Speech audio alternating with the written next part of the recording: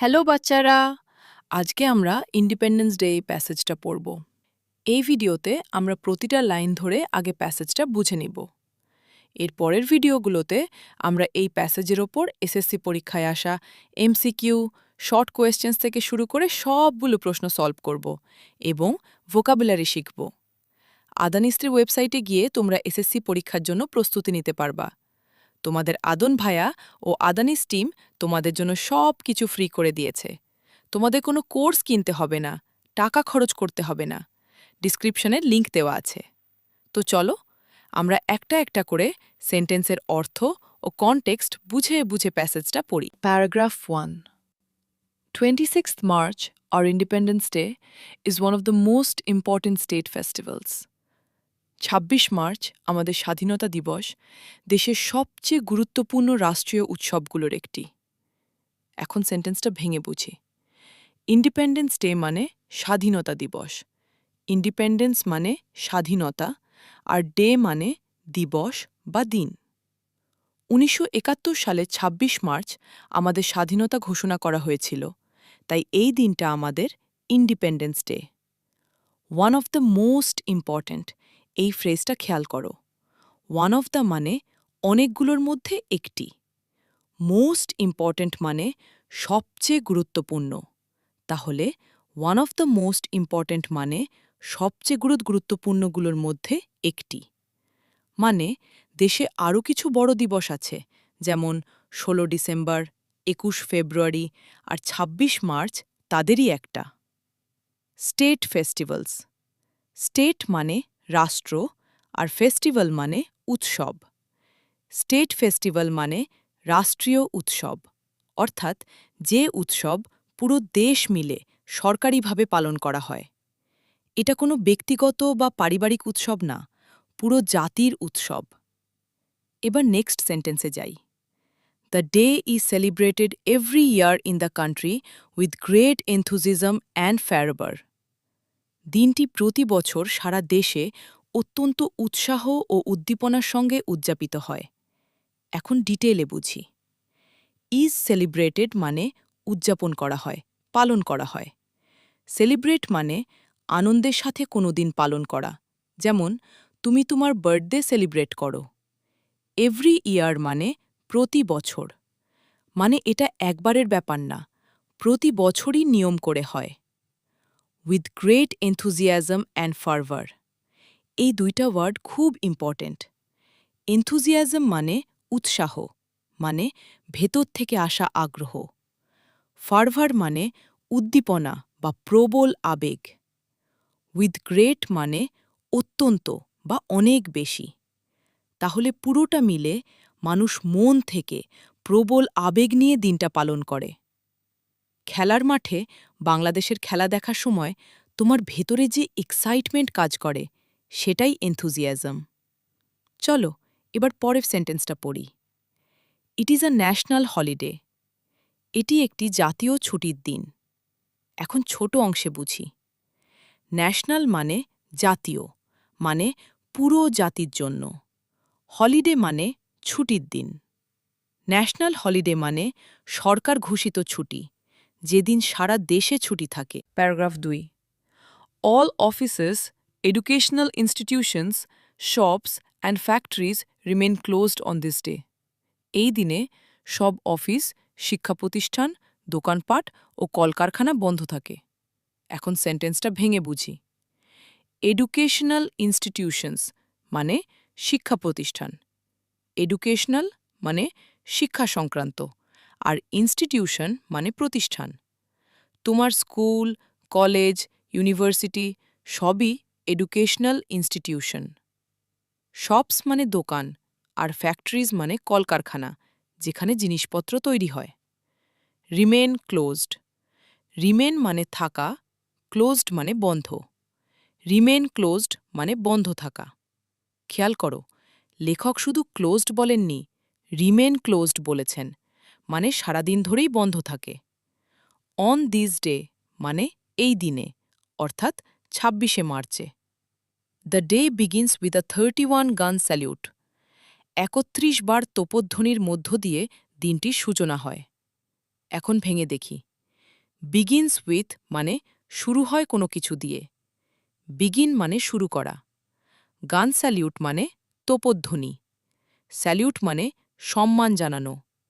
তোমরা যেমন স্কুলে অ্যাসেম্বলিতে স্যালিউট দাও, গান স্যালিউট হল কামান বা বন্দুক ফাঁকা আওয়াজে ছুড়ে সম্মান জানানো। 31 গান স্যালিউট মানে ৩১ বার তোপধ্বনি। এটা রাষ্ট্রীয়ভাবে সর্বোচ্চ সম্মান দেখানোর একটা way. Paragraph 3. Early in the morning, the President and the Prime Minister, on behalf of the nation, place floral wreaths at the National Mausoleum at Savar. ভোরবেলায় রাষ্ট্রপতি ও প্রধানমন্ত্রী জাতির পক্ষ থেকে সাভারের জাতীয় স্মৃতিসৌধে পুষ্পস্তবক অর্পণ করেন। এখন সেন্টেন্সটা ভেঙে বুঝি। আর্লি ইন দ্য মর্নিং মানে ভোরবেলায়, খুব সকালে। The president and the prime minister. President মানে রাষ্ট্রপতি, প্রাইম মিনিস্টার মানে প্রধানমন্ত্রী। দেশের সবচেয়ে উঁচু পদে দুজন মানুষ। On behalf of the nation, এই ফ্রেজটা ইম্পর্টেন্ট। অন বিহাফ অফ মানে কারো পক্ষ থেকে, নেশন মানে জাতি। তাহলে on behalf of the nation মানে জাতির পক্ষ থেকে, মানে রাষ্ট্রপতি আর প্রধানমন্ত্রী নিজের জন্য না, আমাদের সবার হয়ে পুরো জাতির রিপ্রেজেন্ট করে শ্রদ্ধা জানাচ্ছেন। Place floral রিথস। প্লেস মানে রাখা বা অর্পণ করা। ফ্লোরাল মানে ফুলের তৈরি, ফ্লাওয়ার থেকে এসেছে। রিথ মানে মালা বা স্তবক, ফুল দিয়ে গোল করে বানানো একটা সাজানো জিনিস। ফ্লোরাল রিথ মানে পুষ্পস্তবক। টিভিতে দেখেছ না, নেতারা স্মৃতিসৌধে গোল ফুলের একটা অ্যারেঞ্জমেন্ট রেখে সম্মান জানান, ওটাই floral wreath. The national mausoleum at Savar.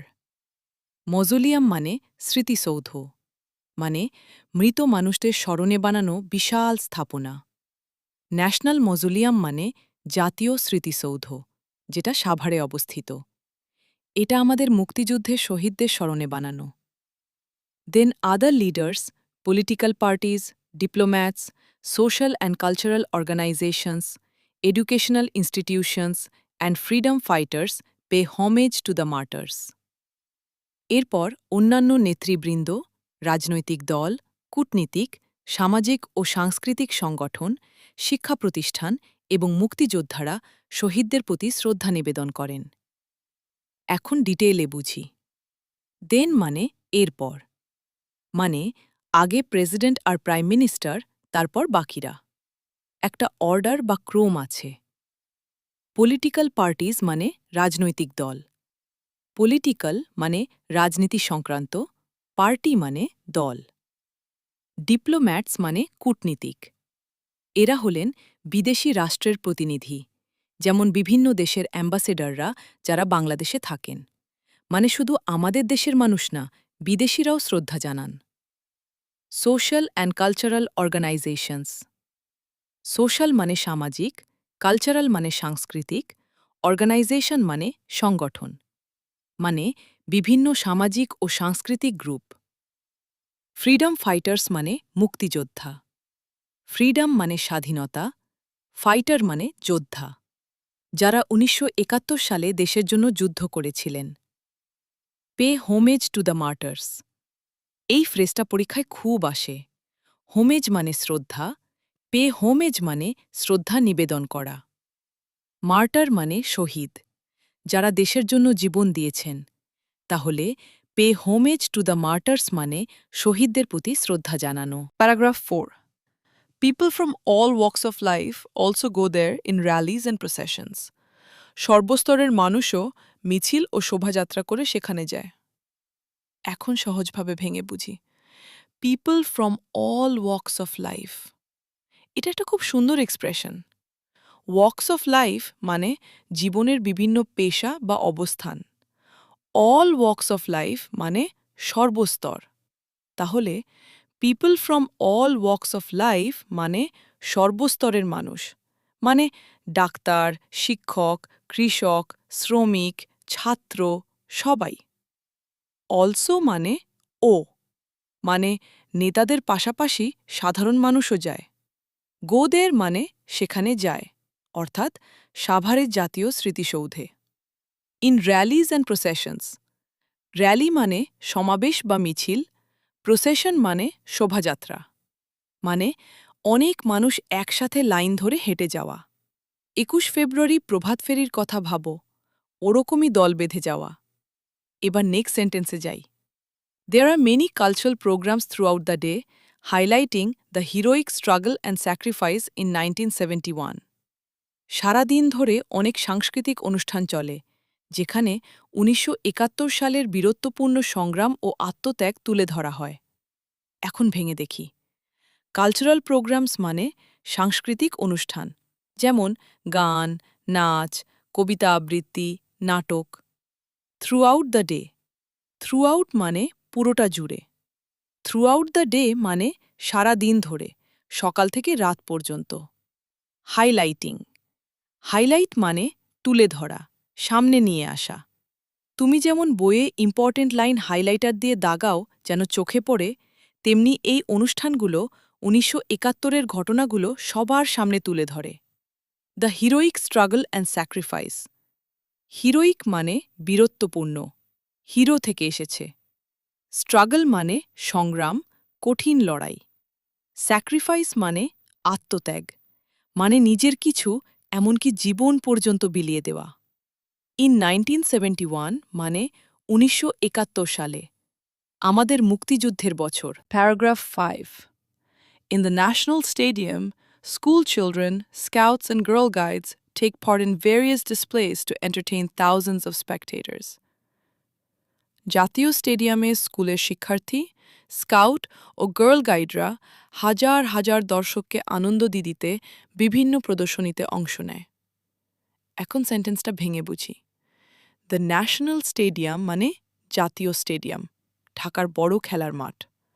Scouts and girl guides, scout হল ছেলেদের একটা অর্গানাইজেশন, যেখানে ডিসিপ্লিন, সার্ভিস এসব শেখানো হয়। আর গার্ল গাইড হল মেয়েদের একই রকম অর্গানাইজেশন। তোমাদের স্কুলেও হয়তো স্কাউট টিম আছে। টেক পার্ট ইন মানে অংশ নেওয়া, পার্টিসিপেট করা। এই ফ্রেজটা মনে রাখবা, পরীক্ষায় খুব কাজে লাগে। ভেরিয়াস ডিসপ্লেস, ভেরিয়াস মানে বিভিন্ন রকম, ডিসপ্লে মানে প্রদর্শনী। এখানে ডিসপ্লে মানে মাঠে করা শরীরচর্চা বা কুচকাওয়াজের মতো পরিবেশনা।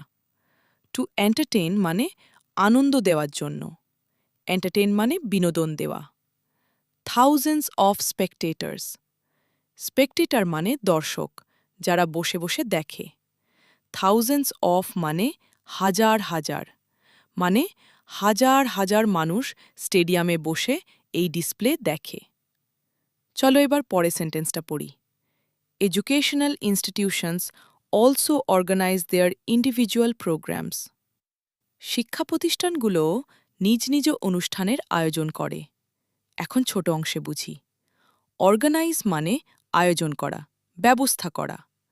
দেয়ার ইন্ডিভিজুয়াল প্রোগ্রামস, ইন্ডিভিজুয়াল মানে নিজ নিজ, আলাদা আলাদা, মানে শুধু স্টেডিয়ামের বড় অনুষ্ঠান না, প্রতিটা স্কুল, কলেজ নিজেরাও ছোট ছোট অনুষ্ঠান করে। তোমার স্কুলেও নিশ্চয়ই ২৬শে মার্চে অনুষ্ঠান হয়, ওটার কথাই বলা হচ্ছে। Paragraph 6. Sports meets and tournaments are also organized on the day, including the exciting boat race in the river Buriganga. এই দিনে ক্রীড়া প্রতিযোগিতা ও টুর্নামেন্টেরও আয়োজন করা হয়, যার মধ্যে রয়েছে বুড়িগঙ্গা নদীতে রোমাঞ্চকর নৌকা বাইচ। এখন ডিটেলে বুঝি। স্পোর্টস মিটস, মিট মানে এখানে প্রতিযোগিতা বা জমায়েত। স্পোর্টস মিট মানে ক্রীড়া প্রতিযোগিতা, যেখানে বিভিন্ন খেলা হয়। টুর্নামেন্টস মানে টুর্নামেন্ট, মানে অনেক দল মিলে ধাপে ধাপে খেলে চ্যাম্পিয়ন বের করা। ইনক্লুডিং মানে যার মধ্যে রয়েছে, অন্তর্ভুক্ত করে। এই ওয়ার্ডটা ইম্পর্টেন্ট, পরীক্ষায় প্রায়ই আসে।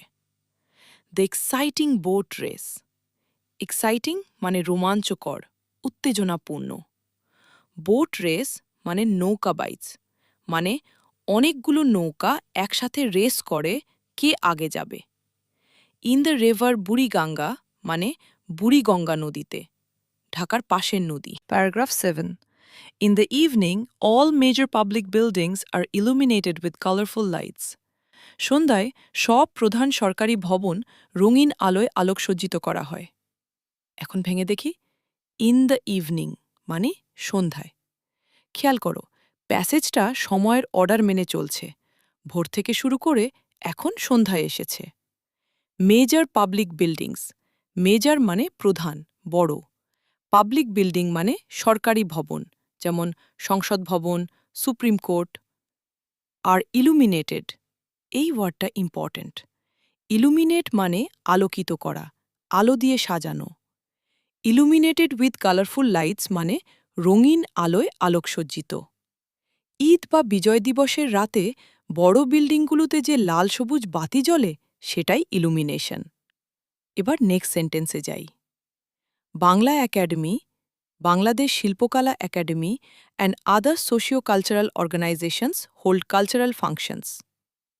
বাংলা একাডেমি, বাংলাদেশ শিল্পকলা একাডেমি ও অন্যান্য সামাজিক সাংস্কৃতিক সংগঠন সাংস্কৃতিক অনুষ্ঠানের আয়োজন করে। এখন সহজভাবে ভেঙে বুঝি।